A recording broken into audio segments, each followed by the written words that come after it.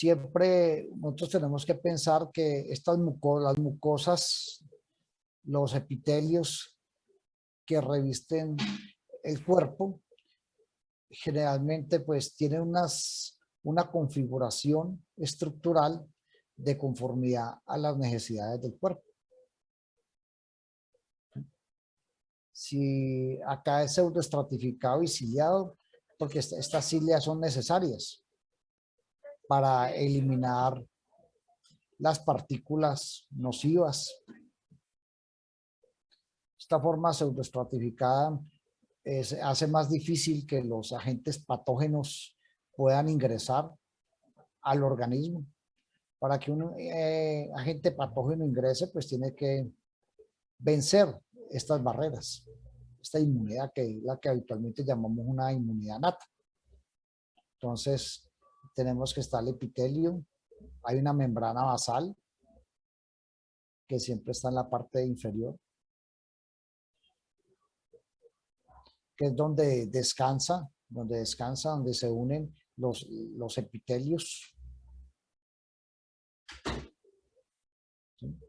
Y hay un estroma que llamamos, en este caso se llama lámina propia, que es donde es un estroma de tejido conectivo, tejido colágeno, vascularizado, que es donde se genera habitualmente la respuesta inflamatoria ante las diferentes noxias. Por eso, en esta zona hay glándulas seromucinosas, que son las que producen el moco, que ayudan a su vez ayudan para la defensa.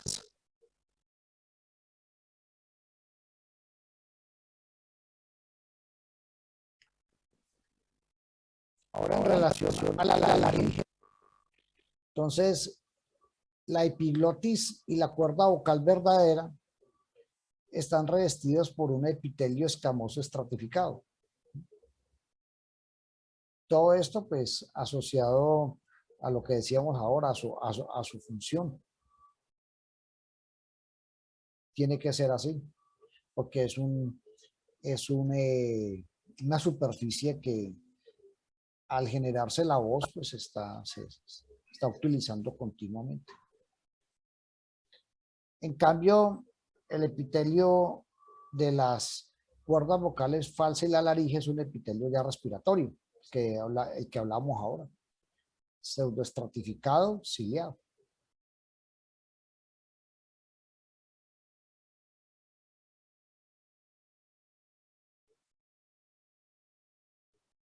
Entonces, la nariz puede ser afectada por diversos agentes microbianos, bacteria, virus, hongos y parásitos. Siempre mucho más frecuente los virus, son los que habitualmente producen el resfriado común. Acá, pues, el rinovirus es el principal implicado. Entonces, ahí son los pacientes que pues, nos van a consultar por los cuadros gripales. Fiebre, malestar, secreción nasal, congestión. Muy comunes en la edad pediátrica. Se caracteriza porque hay una inflamación aguda acompañada de edema y se genera una descamación del epitelio. Se genera una descamación de ese epitelio. Y ahí por eso cuando se dice, la gente dice la gripa está madura. La gripa así, comienza a salir amarillenta. Y habitualmente pues muchas personas piensan, ya está mal, ya hay que ponerle antibióticos. Y la realidad es que no, la realidad es que es el proceso natural de la evolución de la rinitis. Habitualmente se genera una descamación y por esa descamación pues se va tornando las secreciones un poco más espesas y amarillentas. Asociado a esos procesos gripales se puede ocasionar lo que es los cuadros de sinusitis. Generalmente lo asociamos a procesos gripales. ¿Por qué motivo? Porque se produce un edema de esos tejidos epiteliales, de esa estroma, y genera una obstrucción del ostium, que es por donde drenan las secreciones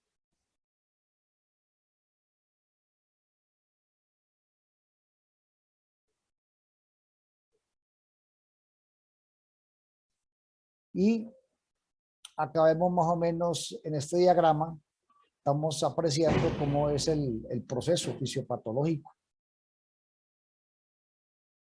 ¿Sí?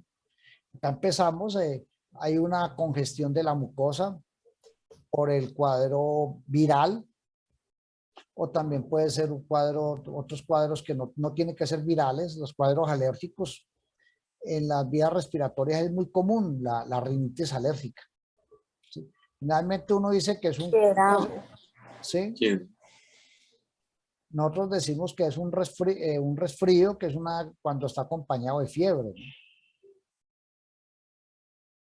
Cuando está asociado a desencadenantes por estímulos alérgicos, entonces lo decimos es más bien una rinitis y no está acompañado de fiebre.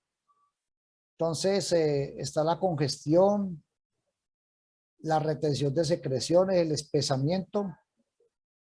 A nivel de esas mucosas se va produciendo una alteración del intercambio gaseoso. Hay lesión de los cilios y la mucosa. Este acúmulo de secreciones y esta lesión se genera como en un medio, es un medio de cultivo para que sean colonizadas por bacterias. Generalmente el Streptococcus pneumoniae es la bacteria que nosotros más comúnmente encontramos asociados a esta sinusitis.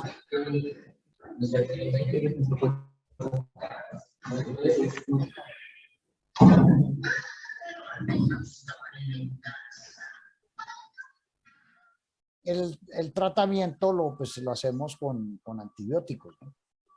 Generalmente los pacientes que van a manifestar dolor a nivel de los senos paranasales, a nivel maxilar, de los senos frontales, fiebre. Si a la inspección de la garganta vamos a apreciar un escurrimiento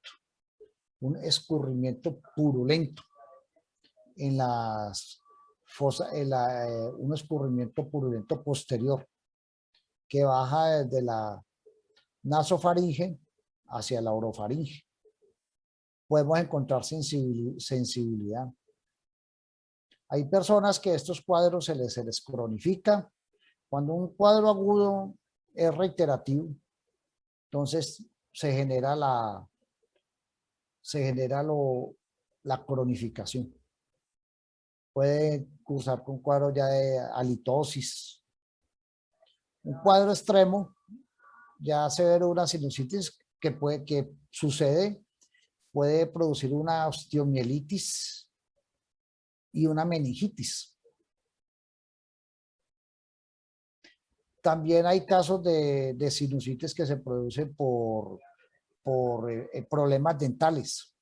Miremos que sabemos como lo que es la parte, la dentadura, pues está muy cerca. En ocasiones las raíces, hay infecciones, se producen abscesos y pueden llegar a producir una sinusitis ya complicada, ¿no? Que ya serían bacterias diferentes. Profe, usted habló que el germen, el que siempre está en la sinusitis, el Staphylococcus aureus. No, más común el Streptococcus pneumoniae. El Streptococcus pneumoniae, ya sí, sí, más común el Streptococcus pneumoniae. Entonces, generalmente, pues lo manejamos con antibióticos, estos cuadros agudos, diversos, ¿no? Pues, habitualmente la amoxicilina, o con la combinación de ácido amoxicilina más el clavulín, ¿no? Es otro medicamento usado frecuentemente, el sulbactán, para manejar este tipo de infecciones. Ok, Sí. ¿y ese medicamento se puede utilizar también cuando es provocado por la parte de la dentadura? ¿Cómo, perdón? Usted decía que la sinusitis también puede ser provocada a Sí, veces por la infección claro, en la dentadura. ¿Ese claro, medicamento claro. se puede tratar ahí? Pues ya tenemos que usar, ya en estos casos, ya hay que usar medicamentos de más amplio espectro, ¿no es cierto? Porque acá ya sería preferiblemente usar quinolonas, ¿sí? Ok. Sí, porque ya son otros, pueden haber microorganismos anaerobios, otros patógenos que no van a responder a las medidas terapéuticas usuales. Obviamente las complicaciones, siempre en medicina uno encuentra las complicaciones en personas susceptibles. Uno conoce de casos, en el proceso evolutivo le toca, a mí me ha correspondido a practicar autopsias pacientes que han fallecido por sinusitis complicada.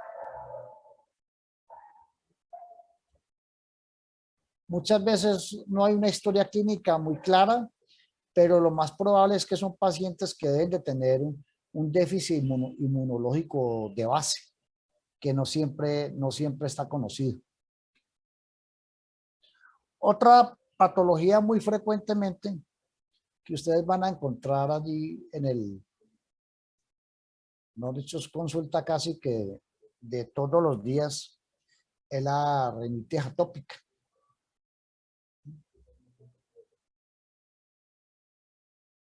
La que es desencadenada por el polen, por los ácaros. Son personas que llegan a un sitio donde de pronto hay elementos, libros guardados hace tiempo, los muñecos de peluche en los niños. Los ácaros habitualmente hacen parte de la flora normal del ser humano, ¿no? Y de los elementos. Entonces, esto se genera una reacción en el organismo, este alergeno, llamémoslo el polen, los ácaros, una reacción de hipersensibilidad tipo 1. Entonces, acá en este esquema nos da una explicación cómo se genera ese proceso inmunológico.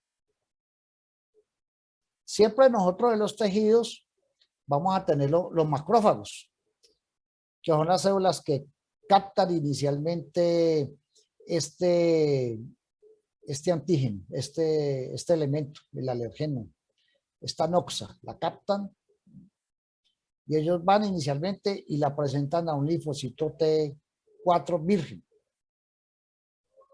Lo captan, lo presentan. Siempre hay que tener en cuenta que los macrófagos básicamente son fagocitos, células fagocitarias, que lo que hacen es, cuando hay un elemento extraño, lo captan y lo fagocitan.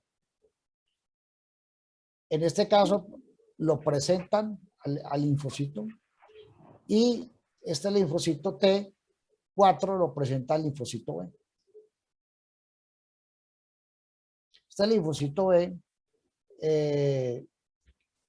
que está en los centros germinales, ellos proliferan y de acá deriva las células plasmáticas, o sea, los plasmocitos, que son los que van a producir los anticuerpos, las inmunoglobulinas. En este caso particular, como respuesta al alergeno, se produce la inmunoglobulina E. Esa inmunoglobulina va y estimula al mastocito para la liberación de las citocinas, que son las que van a desencadenar toda la sintomatología. Entonces acá vemos como inicialmente hay un proceso inicial de sensibilización. Estas células plasmáticas quedan ya sensibilizadas Y ya cuando el organismo vuelve y se expone, inmediatamente hay una reacción aguda. ¿Sí? Primero hay una sensibilización cuando la persona no se ha expuesto. Ya cuando queda sensibilizada, ya simplemente esta célula plasmática que tiene memoria va a producir, apenas la persona se expone al antígeno, va a hacer la reacción inflamatoria, que por eso son tan agudas, ¿no? Entonces van a liberar la histamina, los leucotrienos, que van a producir todo el edema y los síntomas de la alergia. Y acá es donde nosotros pues hablamos de la triada. Generalmente estos pacientes que tienen rinitis atópica tienen también más posibilidad de desarrollar el asma alérgica, ¿sí? Asma atópica, que es más común en los niños. El mecanismo fisiopatológico es el mismo, y la dermatitis atópica, que también es más común en los niños o jóvenes, ¿sí? Entonces, no es raro encontrar pacientes que tienen todo este tipo de patologías, de elementos.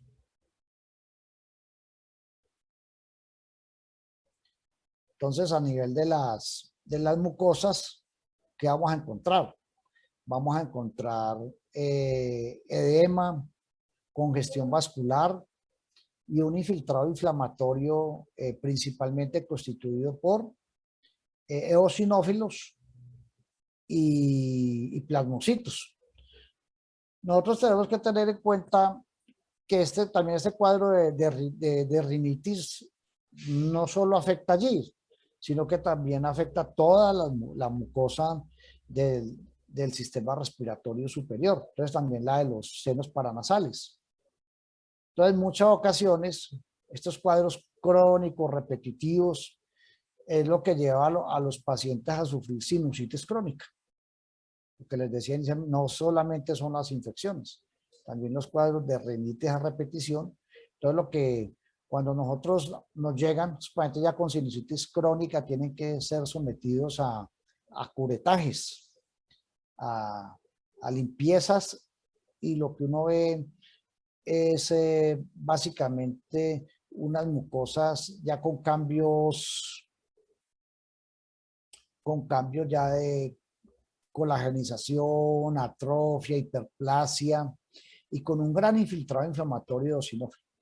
Acá estamos viendo pues lo que es el cuadro agudo.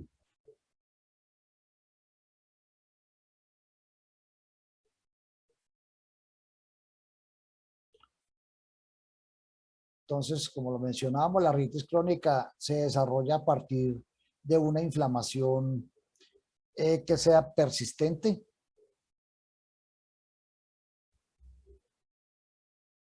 Y se caracteriza porque vamos a encontrar hiperplasia de células mucoproductoras. Entonces vamos a ver las glándulas mucosas hiperplásicas. Las mucosas pueden tener atrofia, o sea, lo que son los epitelios, y también la submucosa.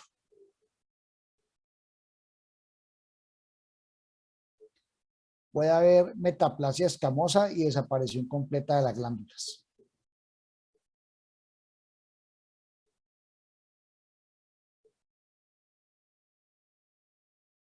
Y como lo mencionábamos, estos cuadros repetitivos pues llevan a problemas de rinitis crónica, sinusitis crónica.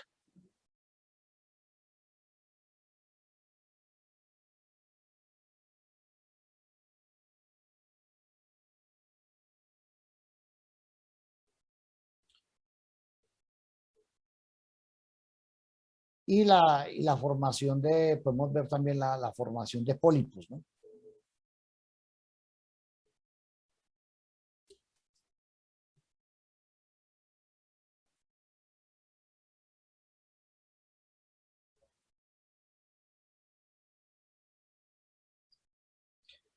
Cuanto a las infecciones que podemos encontrar acá en esta localización, mencionamos el Corynebacterium diphtheriae, que causa la difteria.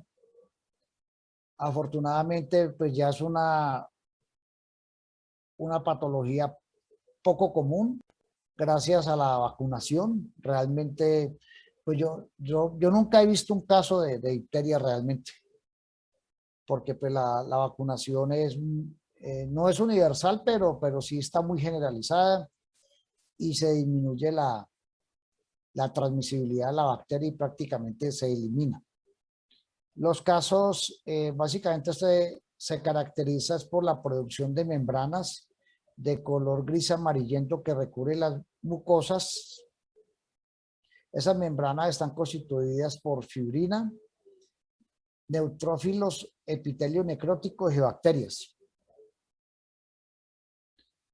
En estos pacientes esas membranas se extienden a las vías respiratorias, a la laringe, generaban obstrucción y muerte por asfixia cuando se presentaban.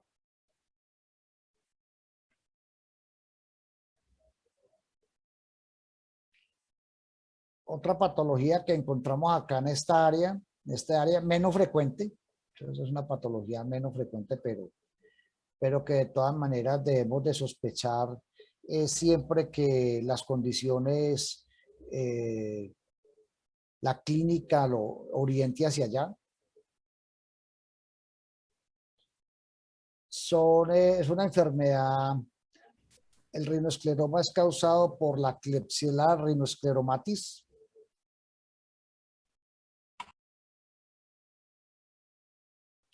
Que hace parte de la familia de la Enterobacteriaceae.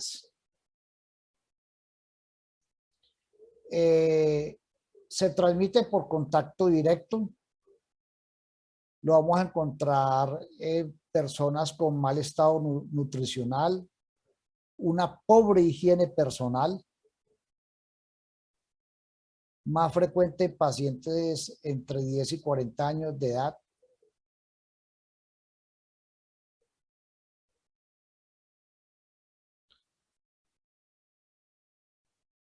Vamos a encontrar a nivel de las fosas nasales unas masas grandes, firmes, con tendencia a producir fibrosis y la formación de nódulos. Puede llegar, como vemos acá en este caso, a producir perforación del paladar.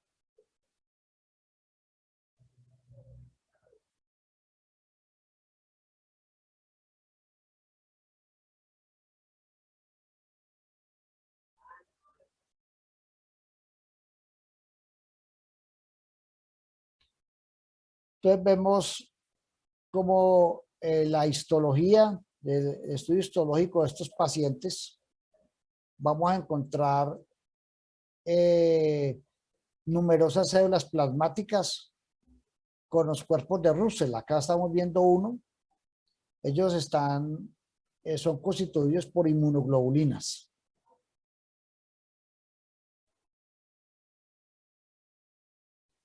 En los macrófagos vemos que son células que tienen los citoplasmas amplios, grandes. Vamos a encontrar un gran número de estos bacilos. Y estas células así amplias, muy amplias, de citoplasmas muy prominentes, las llamamos células de Miculis.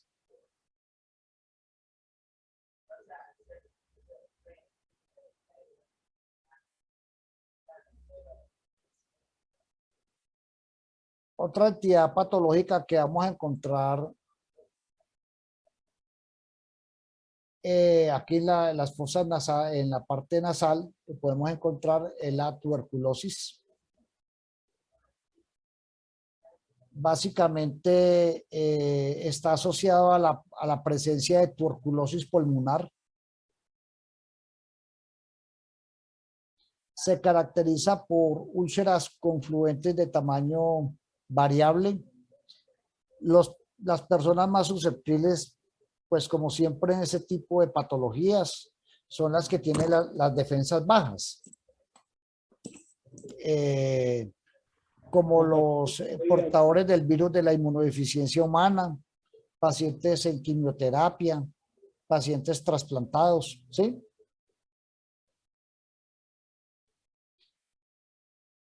¿Alguien iba a preguntar algo?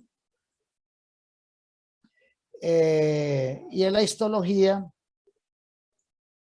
lo típico, pues, que ustedes yo me imagino que ya conocen, es siempre la tuberculosis, el prototipo de inflamación, es una inflamación crónica granulomatosa con necrosis de calcificación, acompañada de una hiperplasia pseudoepiteliomatosa de los epitelios.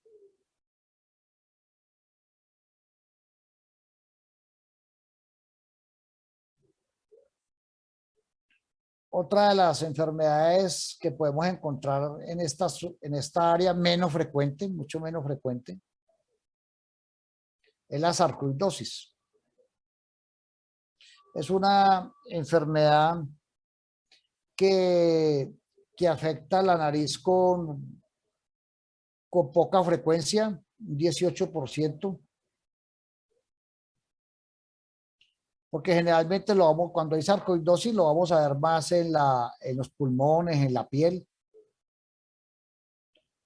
Cuando afecta las mucosas, la respiratoria, vamos a apreciar en el septo unos nódulos sobrelevados. Y en la histología vamos a apreciar lo que se ve acá, son unos granulomas, múltiples granulomas, pero que no tienen necrosis de calcificación, son granulomas pequeños. La necrosis de calcificación la observamos en la tuberculosis, más no la sarcoidosis. Sarcoidosis es enfermedad de etiología desconocida. Tenemos que también hacer diagnóstico de diferenciar con otras enfermedades granulomatosas, como por ejemplo la lepra.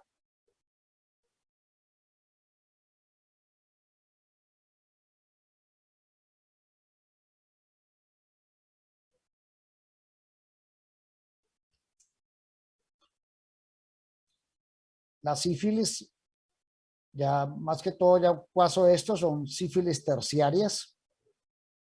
Puede afectar acá lo que es la mucosa, los huesos nasales. Producida por la espiroqueta Treponema pallidum.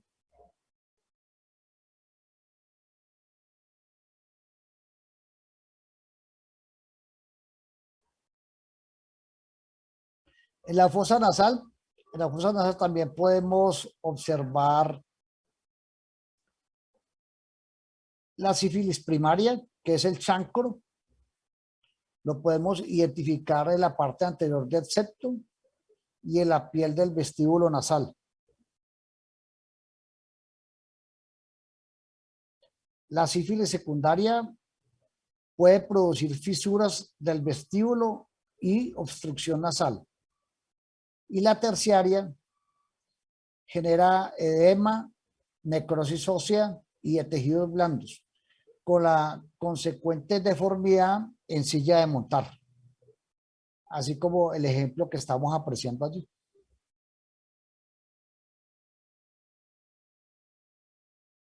Y tener siempre presente que tanto la forma adquirida como la congénita pueden afectar la mucosa nasal. O sea, los niños ya pueden nacer cuando nace con sífilis congénita, o en el tiempo una manifestación de una sífilis terciaria.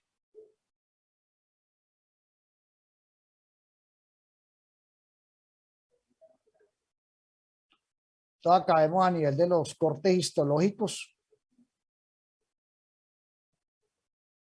Vemos generalmente un denso infiltrado inflamatorio linfoplasmocitario. En los estados primario y secundario, las piroquetas son con frecuencias numerosas. En cambio, en la sífilis terciaria ya son escasas.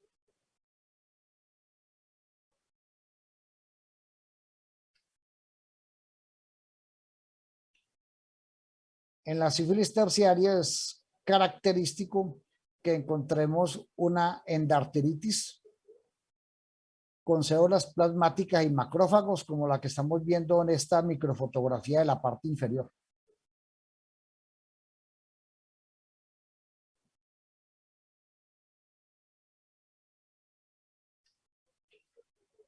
En pacientes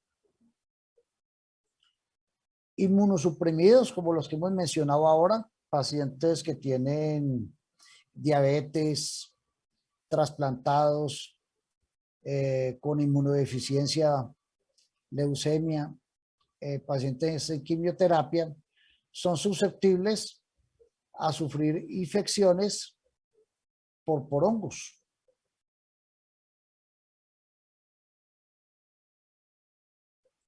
Entre ellas tenemos la aspergilosis. Es una enfermedad crónica producida por el Aspergillus fumigatus. La parte de los senos paranasales más afectados son los antros maxilares.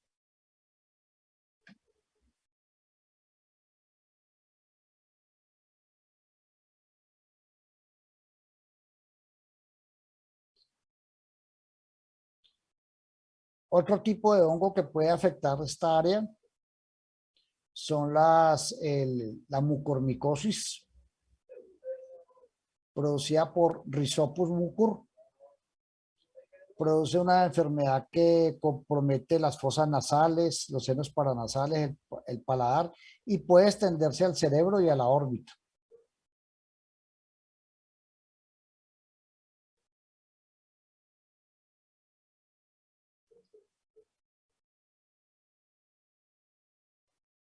La leishmaniasis, por nosotros ser un país tropical, tenemos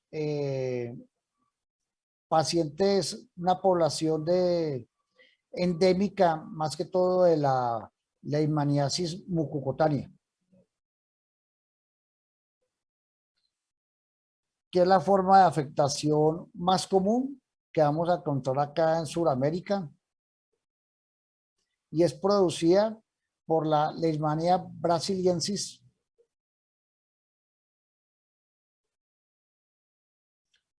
En cuanto al vector, son estos mosquitos que les dicen que el mosquito de la arena.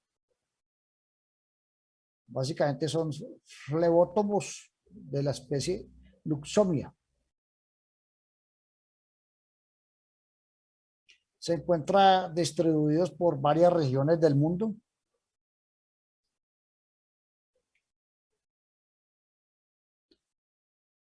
Y de acuerdo pues a la forma como se manifieste, ¿no? Entonces, la forma cutánea o mucocutánea, todo lo vemos acá resaltado con rojo, sería la que veríamos más acá en Colombia.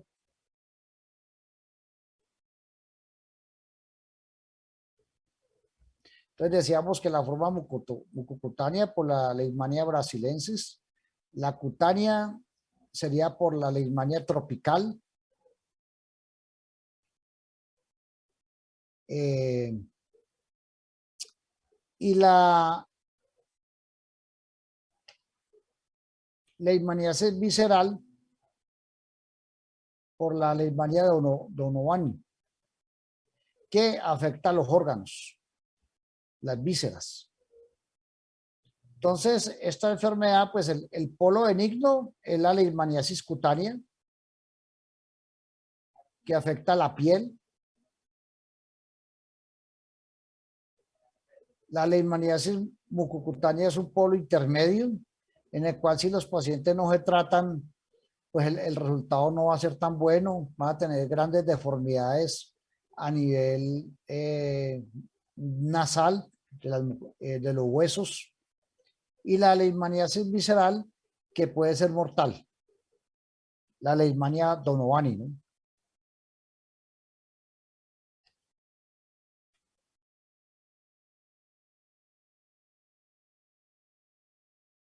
En cuanto a la histología, vamos a ver macrófagos infectados por el parásito.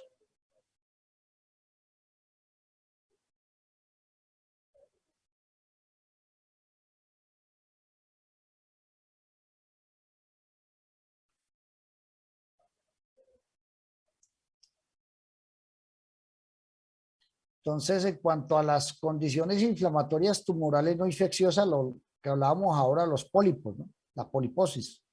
Realmente estos pólipos son consecuencia de pacientes que tienen problemas de sensibilidad tipo 1, rinitis atópica. Entonces, los procesos reiterativos, el no control, la exposición permanente a los agentes termina produciendo estas masas lobuladas, blandas y brillantes de color rosado, que en muchas ocasiones pues hay que resecarlas porque pues generan un problema de obstrucción, dificultad respiratoria, no se malignizan, pero sí pueden haber recaídas. La clave es controlar a estos pacientes, evitar la exposición, hacerle tratamiento con antihistamínicos, esteroides nasales.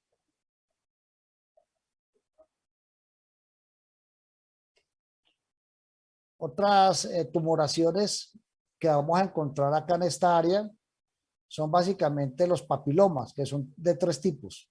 Papiloma invertido, como vemos acá, porque los nidos los vamos a apreciar que en el estroma, o sea, que el papiloma crece hacia la parte interna. Papiloma fusiforme septalo o invertido, porque se forman hacia la luz, como vemos acá en este corte histológico. Y el papiloma de células cilíndricas, porque la superficie es parecido al evertido, pero la superficie está recubierta por células cilíndricas.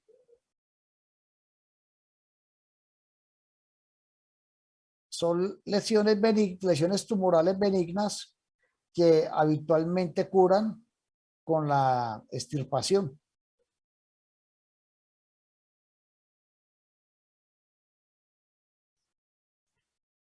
Y ahora vamos a hablar de las neoplasias malignas que afectan las fosas nasales.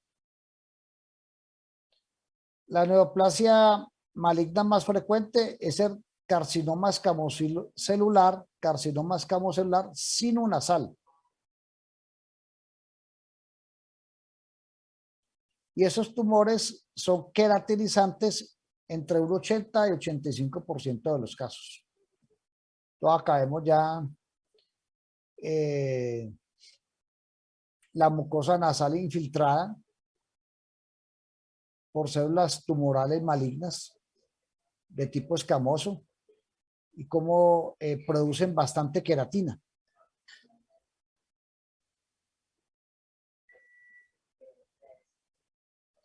Otros tumores que podemos encontrar allí, el neurilemoma, o también llamado schwannoma, son tumores que se originan en las células de Schwann, que son unas células que recubren los axones de las fibras nerviosas periféricas, los neurofibromas, que se originan en las células que revisten las fibras nerviosas, neurofibroma plexiforme, que es una variante del neurofibroma, el schwannoma maligno, que es la malignización de un schwannoma, también originado en las células de Schwann.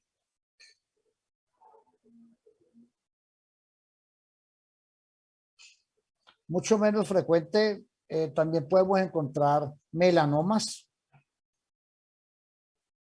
Generalmente son nodulares.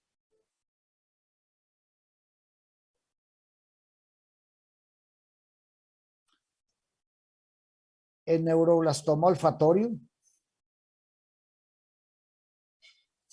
que se origina en las células basales del neuroepitelio olfatorio, crecen en la parte superior de la cavidad nasal como masas blandas.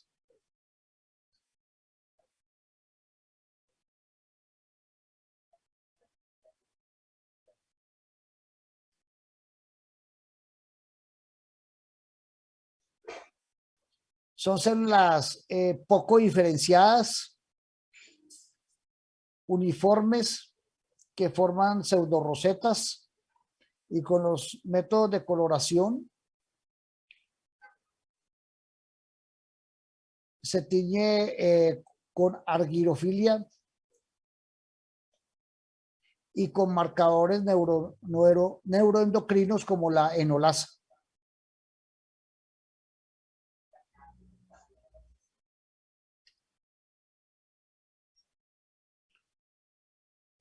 También podemos encontrar diversas tumores de tipo vascular, benignos como el hemangioma capilar lobulado, el hemangioma cavernoso, con un comportamiento intermedio, el angiofibroma, con un comportamiento maligno, el angiosarcoma, y con comportamientos intermedios, el hemangiopericytoma y angioendoteliomatosis sistémica.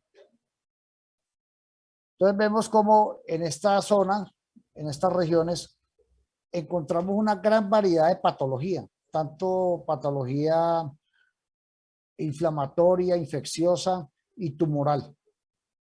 ¿Debido a qué? A la diversidad de estructuras que allí encontramos.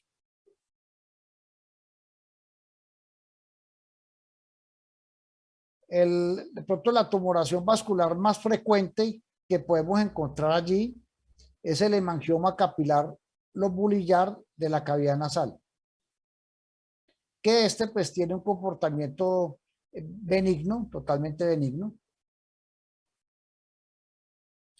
Generalmente asociado a un proceso irritativo crónico y que lo debemos de diferenciar del angiofibroma, que tiene un estroma denso y numerosos vasos de paredes delgadas. Este tumor se caracteriza porque es infiltrativo. Él no hace metástasis, pero sí puede ser infiltrativo. Y después de las resecciones puede volver a presentarse nuevamente. Lo que llamamos recidivante.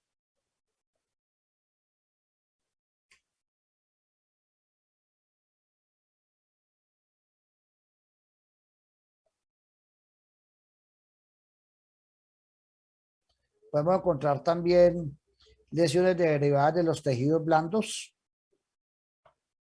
lesiones benignas y malignas. Benignas como el leiomioma, leiomioblastoma, malignos como el leiomiosarcoma, rhabdomiosarcoma.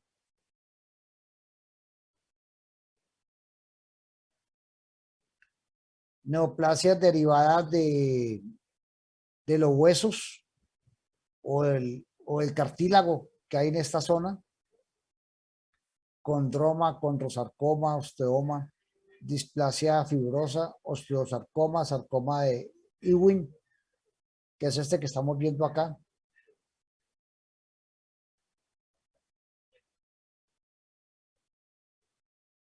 Tumores micelarios, linfoma, plasmocitoma, granuloma eosinófilo, histiocitosis sinusal, quiste dermoide, quiste nasolabial, teratoma, que es el que estamos viendo acá.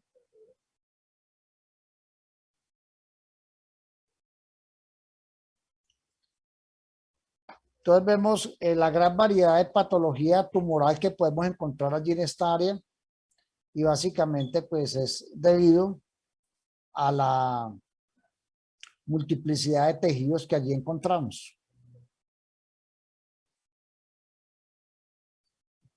Inicialmente pues ya mencionábamos que la nasofaringe está situada detrás de la nariz, El límite inferior es el paladar blando y la trompa de Eustaquio, que se abre a la nasofaringe. Una de las patologías más frecuentes que vamos a encontrar acá, y va a ser que es causa de consulta, es la hiperplasia de adenoides, hiperplasia adenoidea.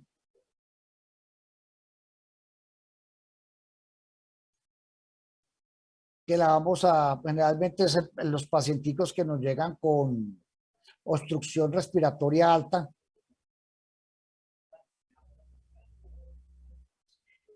Les toca respirar por la boca. Y nosotros le solicitamos esta radiografía que se llama un K1 faríngeo, entonces donde el radiólogo nos va a reportar que hay debido al agrandamiento de las amígdalas nasofaringeas, hay una obstrucción de paso del aire que no permite la circulación del aire desde las fosas nasales hacia la laringe y hacia las vías respiratorias. Muy común verlo en niños, en adolescentes. Causa común de tratamiento por otorrinolaringólogos.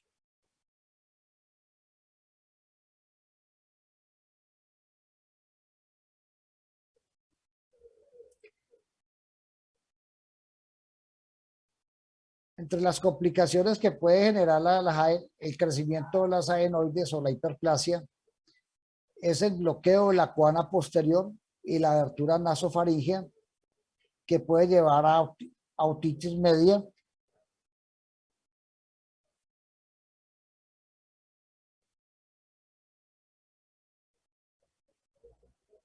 En la histología vamos a ver una hiperplasia folicular con presencia de detritos en los macrófagos.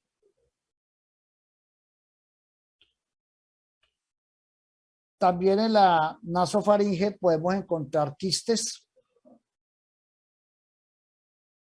que tienen un origen embrionario en los tejidos que se encuentran a nivel de la línea media.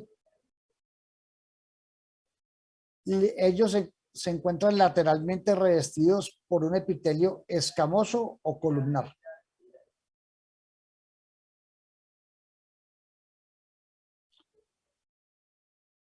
Entre las anomalías congénitas de esta región encontramos la atresia coanal. Son niños que van a tener dificultad para la respiración desde el nacimiento. Se debe a una falta de comunicación entre la nariz y la nasofaringe. Entonces acá vemos a un niño como le han puesto unos tubitos de ventilación que ayudan al ingreso del aire.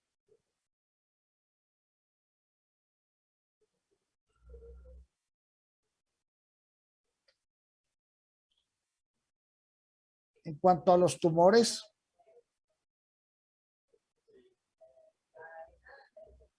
encontramos el carcinoma nasofaringio, cuyo principal tipo es el carcinoma escamocelular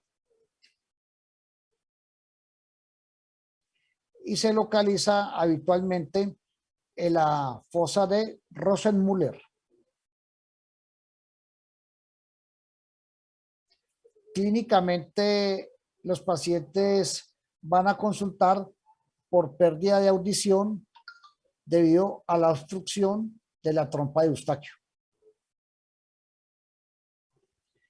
Este carcinoma nasofaringio siempre lo tenemos que asociar a la exposición ambiental laboral a diversos agentes cancerígenos como el formaldehído, los disolventes, los ácidos.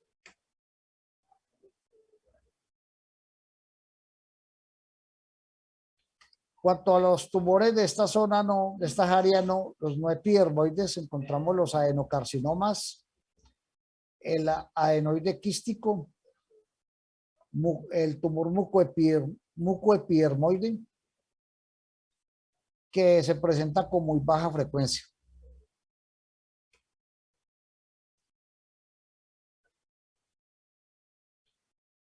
Otras neoplasias no epiteliales, el angiofibroma, el rhabdomyosarcoma, el cordoma y los linfomas. Estos tumores todos son de muy baja frecuencia en presentación.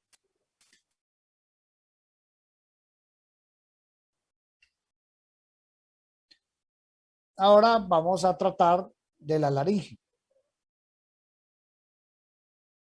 Las alteraciones congénitas más frecuentes en la laringe, encontramos la laringomalacia,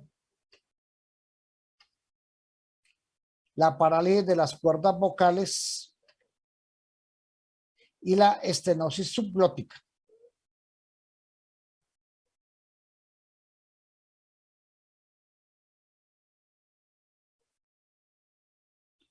Cuanto a la laringomalacia, vamos a encontrar un recién nacido que presenta un estridor expiratorio que se genera debido al pliegue que se proyecta desde la pared laringe hacia la luz.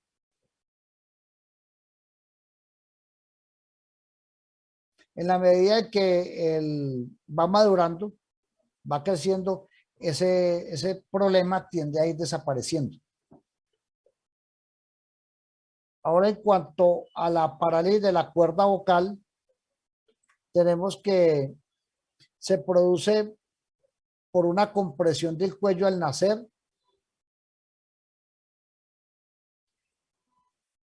en este caso lo vamos a encontrar con una parálisis unilateral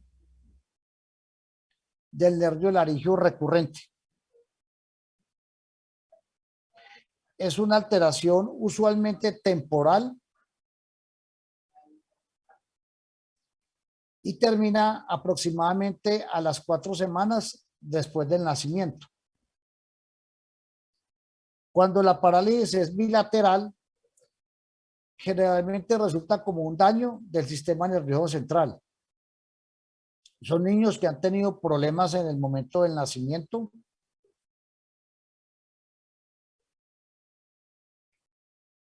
que han presentado hipoxia, les faltó oxígeno en el momento del parto y esa hipoxia, esa falta de oxígeno puede llevar a la producción de una hemorragia cerebral. Los niños que nacen con encefalocele,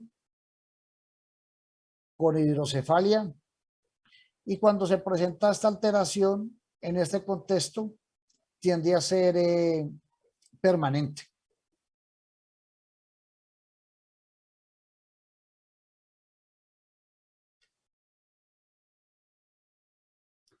La estenosis subglótica congénita es un engrosamiento de la pared de la laringe. Se va a encontrar hiperplasia de glándulas mucosas, hay aumento del tejido fibrótico,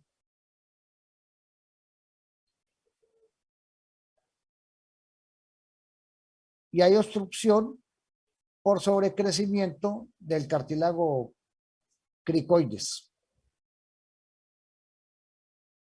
Otras alteraciones congénitas son la membrana laríngea, la hendidura laríngea, la epiglotis bífida y la laringoptosis laríngea.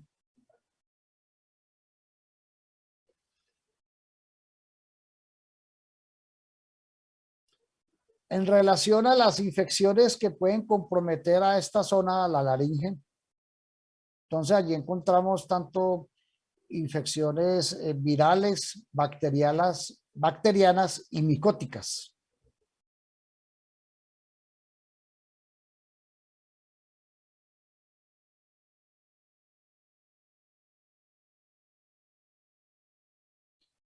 Entonces acá encontramos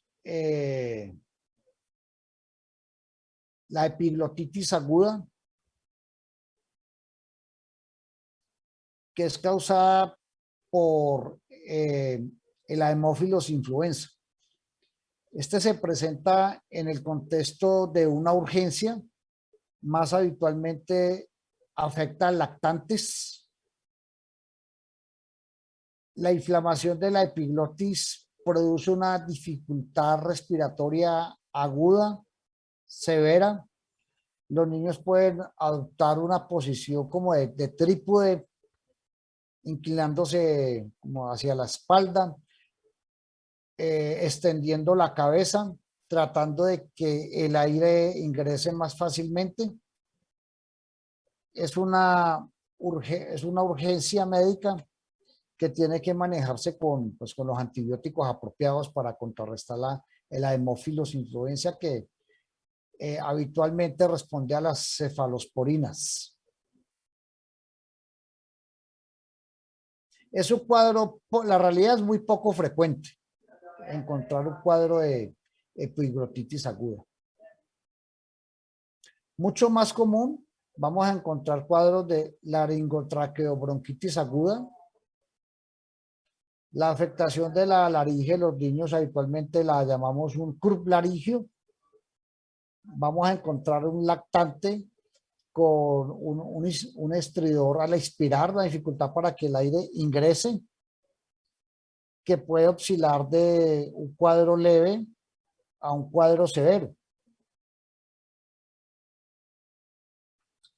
Los cuadros leves pues se pueden manejar ambulatoriamente. Los cuadros moderados o más graves tienen que ser un tratamiento hospitalario.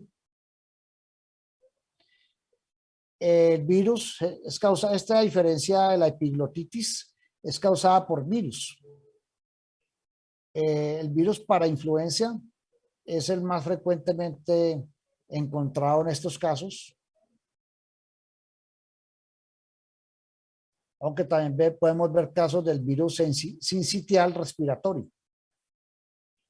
Pero ya la afección más distal, más hacia los bronquios, la vamos a ver más comprometido como por el virus sincitial respiratorio,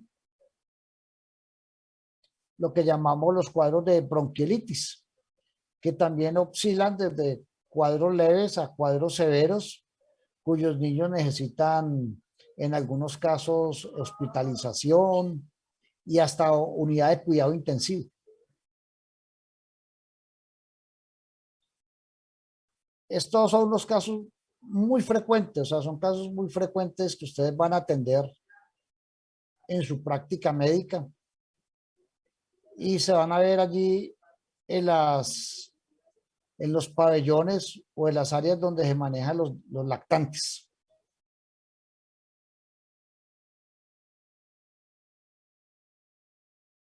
La laringitis diftérica, que ya la mencionamos, producida por el Corynebacterium diphtheriae, que es el que causa las pseudomembranas, pero pues gracias a la vacunación masiva es poco lo que se encuentra. Y la laringitis alérgica.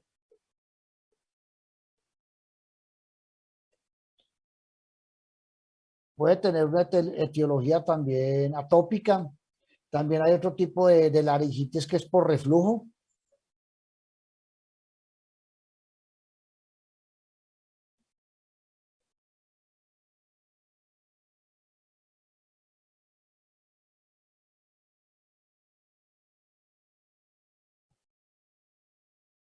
Entre las condiciones neoplásicas benignas que encontramos allí en la laringe están los nódulos y pólipos de las cuerdas vocales.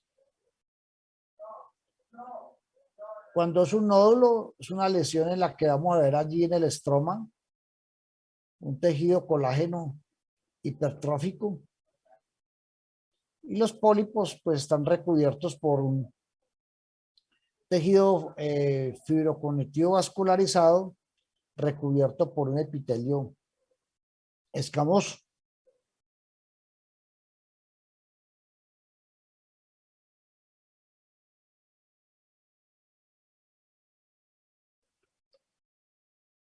Otras de las neoplasias benignas que encontramos acá en esta zona son los papilomas escamosos.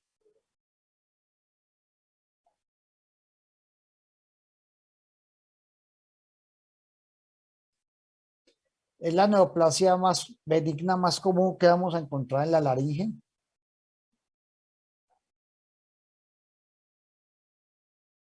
Hay una proliferación de epitelios escamosos y encontramos dos formas clínicas, una juvenil y la otra del adulto. La forma juvenil la llamamos la papilomatosis laringea.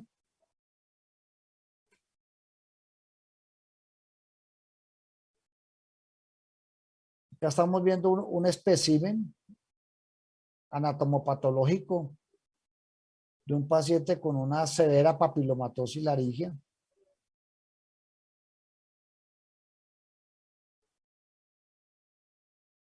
No hay diferencia entre los sexos y tiene una etiología viral, tipo 6 y 11 del VPH.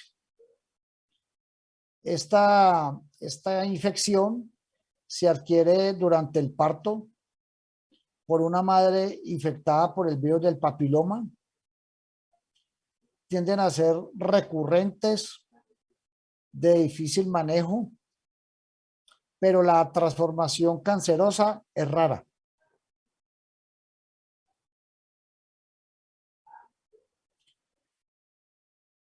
El papiloma del adulto, frecuente en adultos hombres, tiende a ser solitario y la degeneración maligna es la complicación más seria.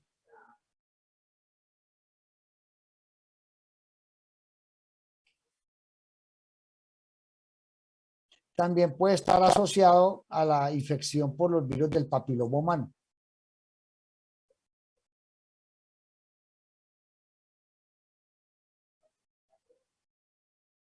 Entonces, en cuanto a la lesión neoplásica maligna más frecuente que vamos a encontrar acá en la laringe, es el carcinoma escamocelular.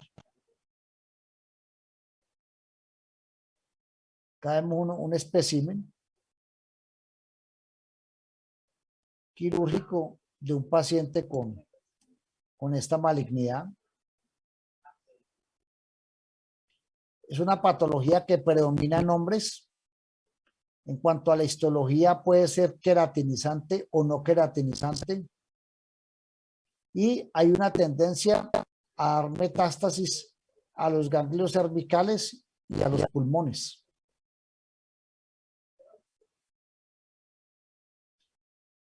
Es la neoplasia maligna más común del tracto respiratorio superior y se encuentra relacionado con el consumo del cigarrillo y el alcohol.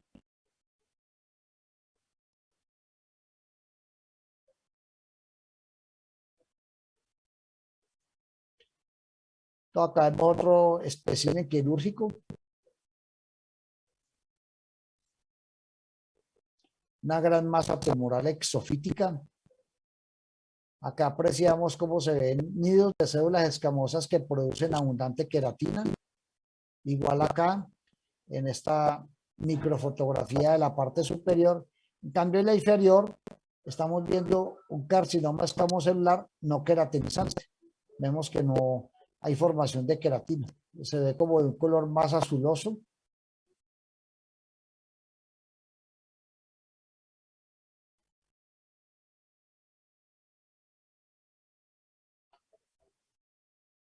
Neoplasia epiteliales no epidermoides, mucho menos frecuentes.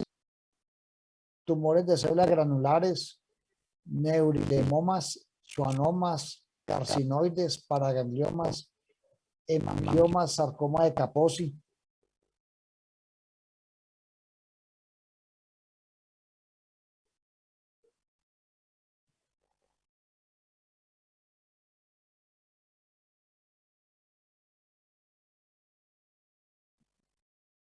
Otros tumores ya de origen mesenquimal, fibroma, fibrosarcoma, sarcoma sinovial, leiomioma y leiomiosarcoma, rhabdomioma, rhabdomiosarcoma, sarcoma alveolar de partes blandas, condromas, osteosarcomas. Todos estos son otros tumores que podemos encontrar allí en una forma muy eventual. Son muy poco frecuentes que podamos encontrar una patología de este tipo.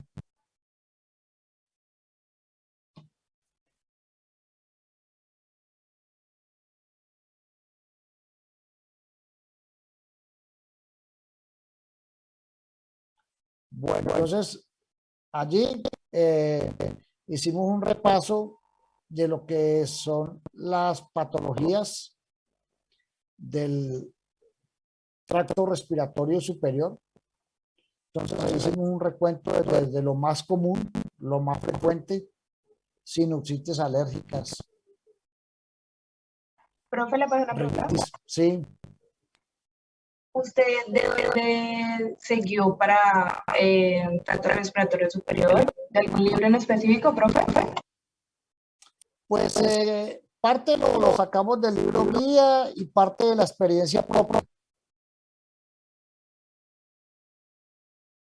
Entonces acá pues yo les voy narrando y les voy contando también en base a la experiencia Profe, ¿y que usted se nos tiene. puede pues, decir cuál es el libro guía? Porque, por ejemplo, en mi caso, yo me guío de patología de Robin y ahí Sí, no aparece. sí. Pero te digo, parte de lo que está allí está en el libro guía, que es la patología de Bones. Y parte de la experiencia propia que se tiene. ¿Sí? Ahí estamos haciendo un recuento de las patologías que podemos encontrar allí. ¿Sí?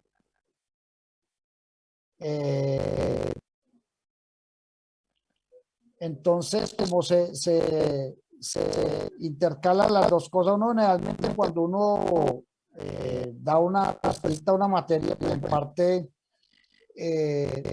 tiene lo que está en los libros y lo que tiene en su experiencia propia. ¿Por qué? Porque, ¿cómo te llamas tú? ¿Cómo te llamas? Paula, profe. A Paula Daniela, ¿sí? ¿Tienes alguna duda? Pues muy sencillo, ¿no? O sea, estamos viendo todas las patologías que pueden afectar el tracto respiratorio superior. Las menos comunes, pues simplemente las estamos mencionando, simplemente como para que ustedes sepan que eso puede pasar allí. Y las más frecuentes le estamos haciendo una explicación y una narrativa, viendo la parte etiológica como los mecanismos fisiopatológicos. Entonces, no sé cuál es la duda o cuál es la dificultad que le ves aquí. No, profe, es que a veces en el libro, pues, no se dicen más cosas como para complementar lo que usted nos dice en la Sí. clase. Era por eso. No, es que la idea de la clase es que el libro nunca lo va a decir todo, ni tampoco uno se va a ceñir estrictamente a lo que dice un libro. De eso no se trata, ¿no? Porque si se fuera uno a ceñir solo a lo que dice el libro, pues sería entonces ir y leer el libro y ya. Entonces lo que se trata es que el tema sea entendible y de una forma práctica, ¿no?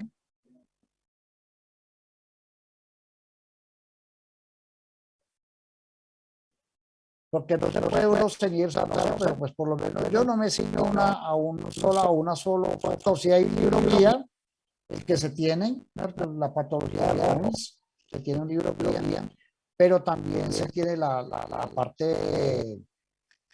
parte experiencia propia que se tiene.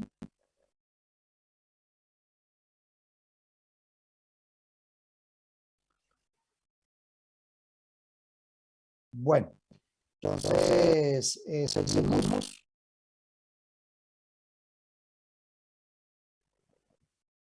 Entonces, cuando vamos a hablar ahorita patología respiratorio 2, que sería ya referente a la patología pulmonar.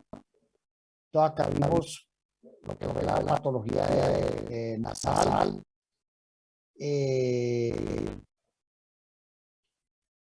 de la faringe, nasofaringe y la laringe.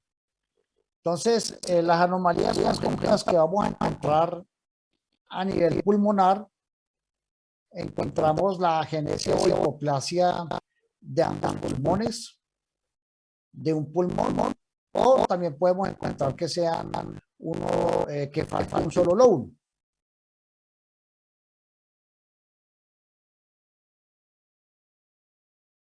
Otras anomalías traqueales, que es la atresia, la estenosis y la fístula traqueoesofágica.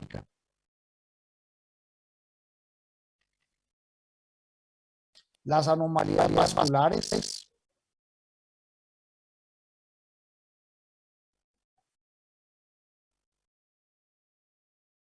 la sobreinsuflación lobular congénita, el enfisema y el quiste del intestino anterior, malformación congénita de las vías respiratorias pulmonares, los secuestros pulmonares.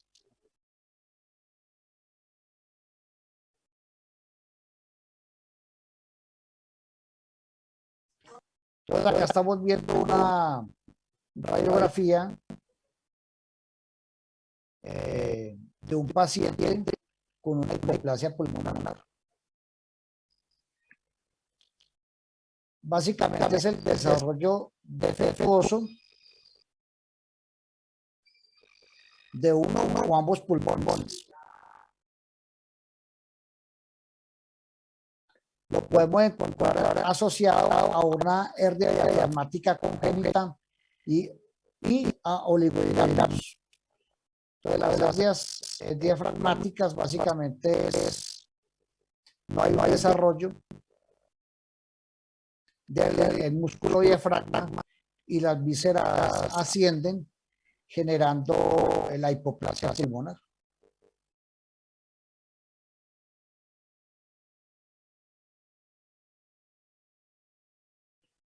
Otra de las anomalías congénitas que podemos encontrar son los quistes del intestino anterior,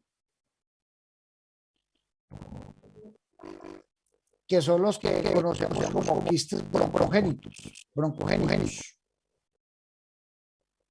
los que rara vez están conectados al árbol traqueobronquial.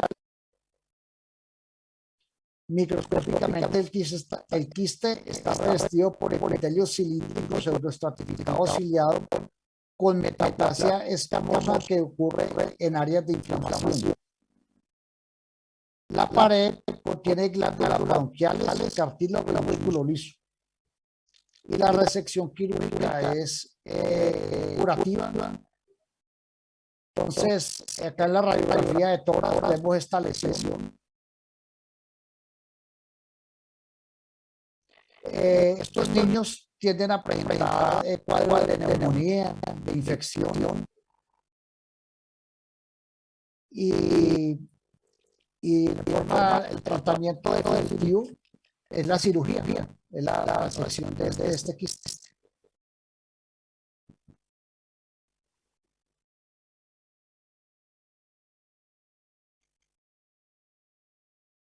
Ahora, en relación al secuestro pulmonar,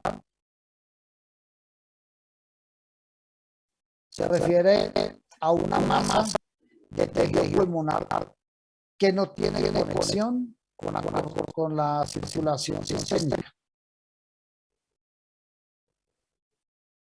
El suministro de sangre proviene de las arterias pulmonares. El suministro de sangre proviene de la aorta o de una de sus ramas y no de las arterias pulmonares. Entonces acá vemos un esquema donde queda pues claramente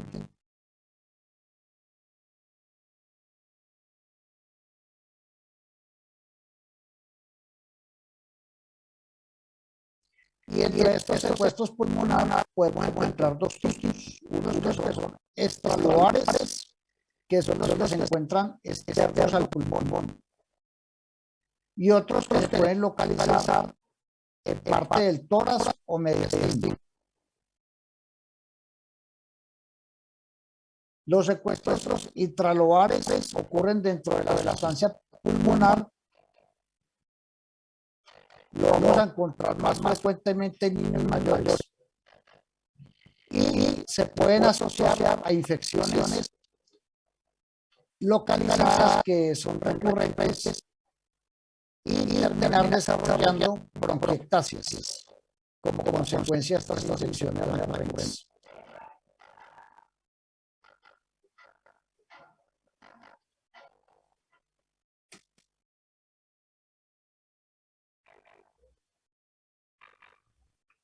Bueno. Entonces, vamos a hablar ahorita, ya pasando lo que son las alteraciones congénitas, vamos a empezar con insuficiencia respiratoria.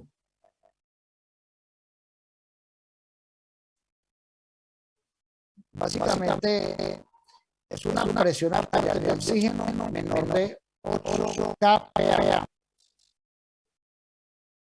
Y vamos a encontrar dos subtipos. El subtipo 1, que se caracteriza por tener una presión de dióxido de carbono normal o baja. Y el tipo 2 por una presión de dióxido de carbono alta.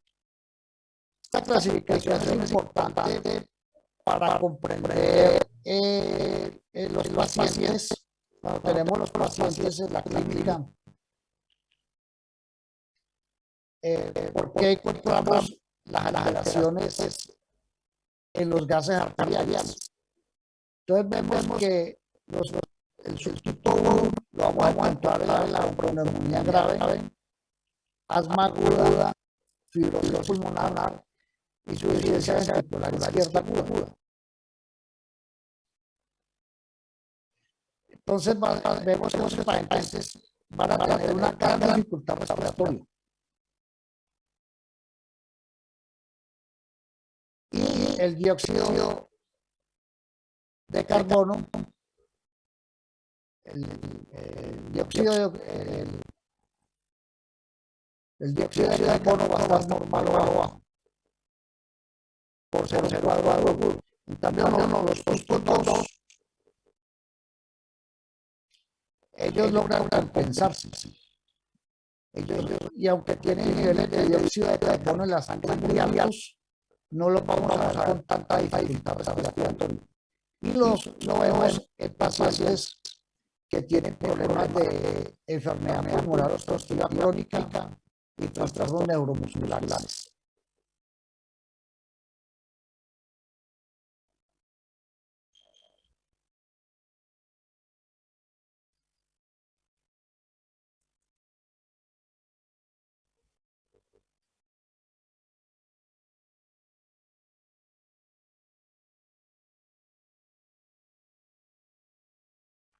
Ahora vamos a hablar del síndrome de dificultad respiratoria aguda,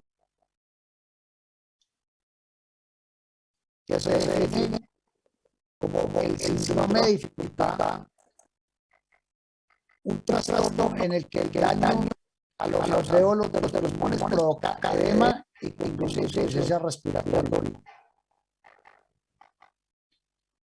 En este cuadro vamos a encontrar una porción de presión arterial de oxígeno y una fracción respiratoria de oxígeno menor a 200 milímetros de mercurio.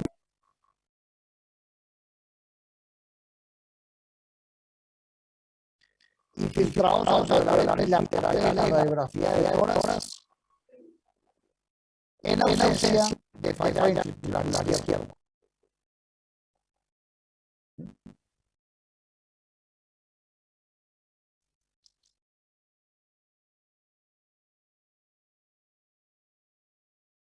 Entonces son pacientes que presentan un cuadro que se desarrolla relativamente en un periodo corto de tiempo.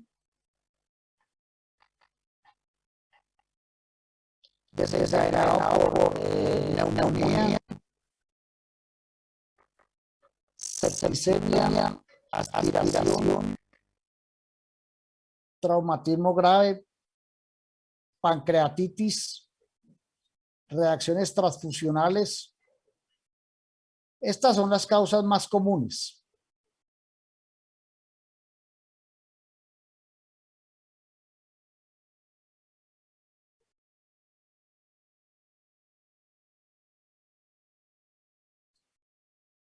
Y acá estamos viendo en este cuadro, las diversas causas que generan el síndrome de dificultad respiratoria. Entonces vemos las infecciosas,